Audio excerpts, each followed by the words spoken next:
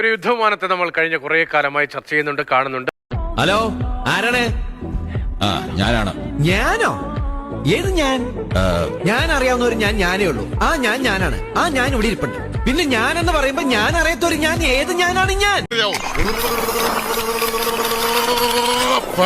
June 14 സൈനികാഭ്യാസത്തിനിടെയാണ് യുദ്ധവിമാനം Thiruvananthapuram വിമാനത്താവളത്തിൽ അടിയന്തരമായി ഇറക്കേണ്ടി വന്നത്.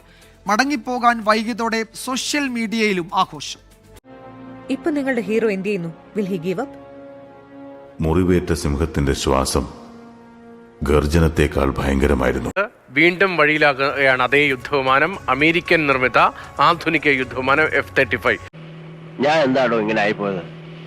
താൻ ചിന്തിച്ചിട്ടുണ്ടോ? അത് ചിന്തിച്ചിട്ട് ഒരു എത്തും പിടിയും കിട്ടാത്ത കാര്യ തലവര അല്ലാതെ എന്താ. വ്യോമാഭ്യാസത്തിനിടെ UK റോയൽ എയർഫോഴ്സിന്റെ വിമാനം അടിയന്തരമായി ജപ്പാനിലാണ് ഇക്കുറി അടിയന്തരമായി ഇറക്കിയത്. നേരത്തെ തിരുവനന്തപുരത്തും സമാന ശ്രേണിയിൽപ്പെട്ട വിമാനം തകരാറിലായതിനെ തുടർന്ന് അടിയന്തരമായി ഇറക്കുന്ന കഴിഞ്ഞ ആഴ്ച നടന്ന കാര്യങ്ങൾ പറഞ്ഞ് എന്നെ നാറ്റിക്കരുത്.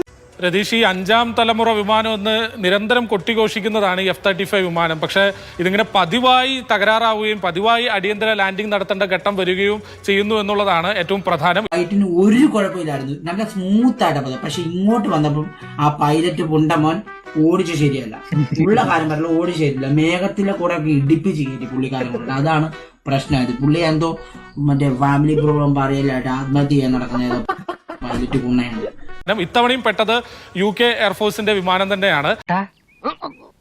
പിടിവിട്, ഞാൻ പറയട്ടെ. നീ ഒന്നും പറയണ്ടടാ, എന്റെ രൂപ എനിക്ക് ഇപ്പൊ കിട്ടണം. പിടിവിട്, ഞാൻ തരാം. ഇതൊന്നും ശരിയാക്കാൻ പറ്റുമെന്ന് ഞാൻ നോക്കട്ടെ. ഉണ്ടായത് ഇത്തവണയും ഔദ്യോഗികമായി പുറത്തു വരുന്ന വിവരങ്ങൾ പ്രകാരം അത് സാങ്കേതികമായ തകരാറാണ് എന്നതാണ്. നമുക്കറിയാം, തിരുവനന്തപുരത്ത് സാങ്കേതികമായ തകരാർ എന്ന് പറഞ്ഞ് വിമാനം ഇറക്കിയിട്ട് മാസങ്ങൾ എടുത്തു ആ തകരാർ പരിഹരിക്കാൻ.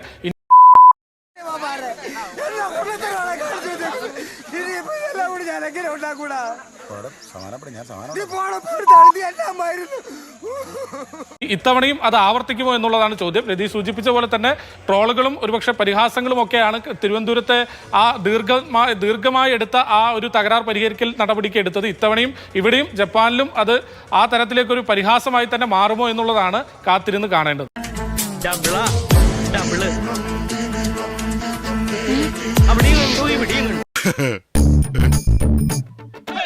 എന്താ പിന്നെ ബാക്കി നാളെ ആവാം. വീശാൻ സമയമായിരിക്കണു. എന്താ തെക്കൻ കാറ്റ് വീശാറായാ പിന്നെ അത് ഈ രാശി പറയുന്നതിന്റെ ഒരു